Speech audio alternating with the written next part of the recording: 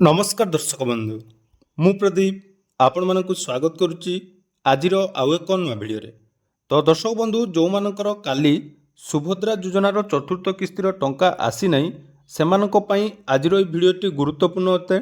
कारण काली आमे जदि देखिबा राज्य सरकार तरफ सुभद्रा योजनार चतुर्थ किस्तिर समस्त हिताधिकारी माने जो माने योग्य विवेचित होइचंती सेमानक संख्या जोटा कि 1,02,12,665 जन हिताधिकारी राज्य सरकार तरफ काली डीबीटी माध्यम सुभद्रा योजनार टंका पठा जाइतिला।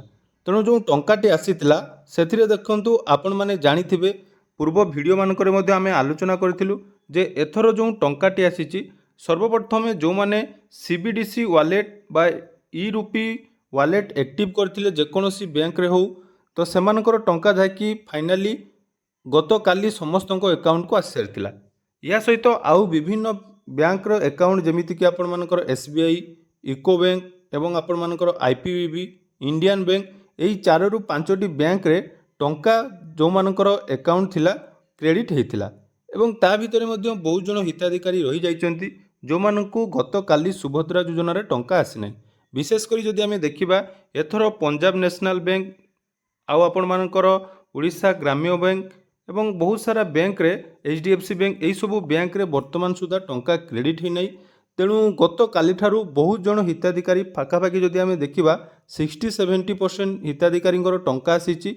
बाकी जो 40 रु 30% आपण मानकर हिताधिकारी रहिचंती सेमानकर टंका वर्तमान सुधा क्रेडिट है नहीं। तेणु निहाती समस्त मनरे गोटे कन्फ्यूजन एवं जहाँकि गोटे चिंता रही। कारण देखंतु जेहेतु टंका तांकर फास्ट सेकेंड थर्ड किस्ती मिलता जो मैंने नुआ आवेदन करते जनवरी मासरे मध्य टंका मिलता किंतु गत काली कौन पाई सेमानकर टंका आसला नहीं। बहुत सारा वीडियो मु आपण मानक सहित शेयर करथिले जो जो नुआ नुआ अपडेट आसला। तेणु आज मध्य सेमानक पाई गोटे बहुत बड़ खुशीर खबर जे राज्य सरकार तरफ जो टंका गत काली प्रदान करा जायतिला एवं ताहा जदि वर्तमान सुधा आपण मानक बैंक अकाउंट रे क्रेडिट हेई नाही ताहले आज मध्य आपण मानक बैंक अकाउंट को टंका आसीबो एवं केतेबेले टंका आसीबो केमिति आपण माने चेक करिवे सबुकिछि आज भिडियो रे मु आपण मानकु डिटेल्स कहबी। तेणु वीडियो को जमारू स्किप न करी प्रथम शेष पर्यंत देखिए। ता पूर्व जदि चैनल को प्रथम थर विजिट करछंती वीडियो को लाइक करिवे, चैनल को सब्सक्राइब करबा सहित पाखरे थिबा बेल आइकन को क्लिक करी ऑल ले सेट कर देबे। तो देखंतु सुभद्रा योजना रे जेहेतु आपण मानकर गोटे ह्यूज नंबर रो टंका जाकी रिलीज करा जाउची 1 कोटी रु ऊर्ध्व महिला को टंका आसुची।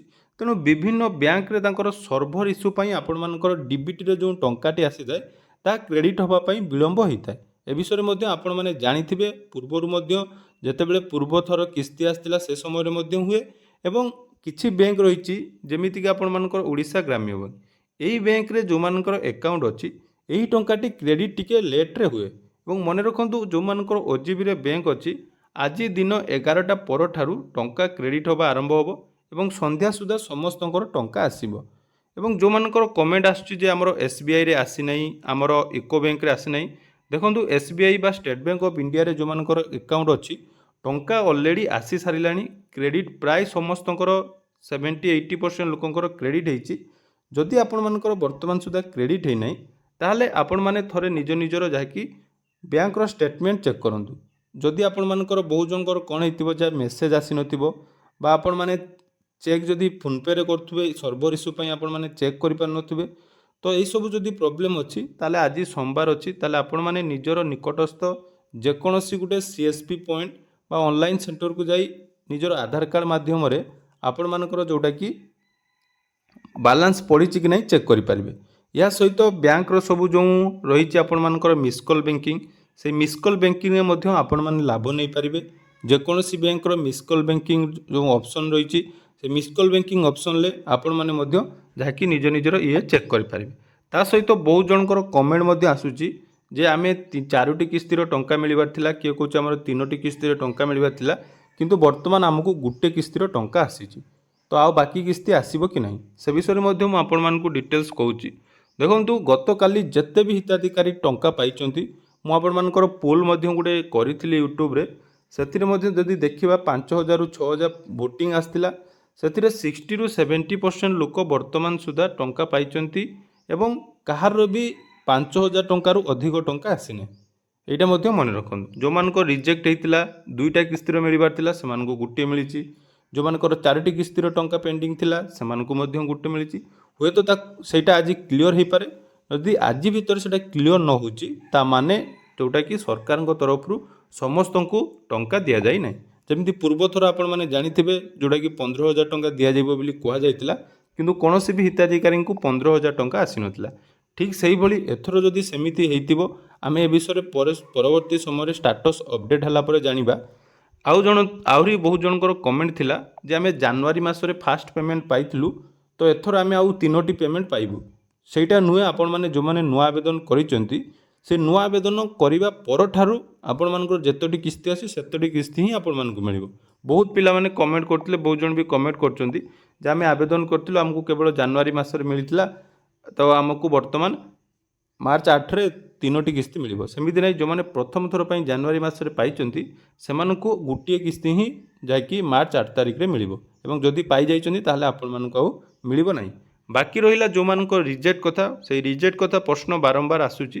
ରିଜେକ୍ଟ ପ୍ରଶ୍ନର ଗୋଟିଏ ହିଁ ସଲ୍ୟୁସନ୍ ମୁଁ ଆପଣମାନଙ୍କୁ କହିଥିଲି ଯେ ରିଜେକ୍ଟ ଦେଖନ୍ତୁ, ଆମର ଆବେଦନ ହୋଇଥିଲା 1,12,00,000 କିନ୍ତୁ ପାଇଲେ 1,02,00,000। ତା ଭିତରେ ଆମର 10 ଲକ୍ଷ ହିତାଧିକାରୀଙ୍କୁ ଯାଇକି ଟଙ୍କା ମିଳିନାହିଁ। ତ ବିଭିନ୍ନ କାରଣରୁ ସେମାନଙ୍କର କଟିଥିବ।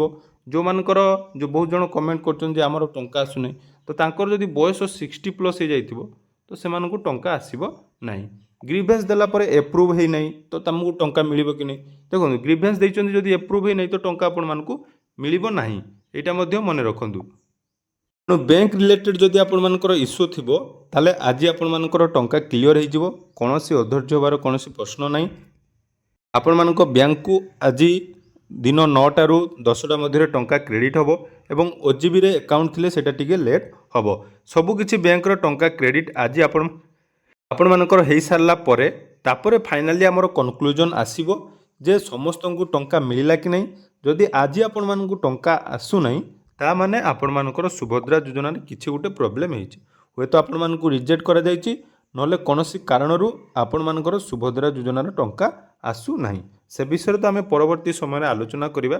ତେଣୁ ଆଜିର ଯେଉଁ ମୁଖ୍ୟ ଟପିକଟି ଥିଲା ଯେ ଆମର ସୁଭଦ୍ରା ଯୋଜନାର ଟଙ୍କା ଯେଉଁମାନଙ୍କର କାଲି ଆସିନାହିଁ ଆଜି ଆସିବ କି ନାହିଁ, ସମସ୍ତଙ୍କର ଆସିବ।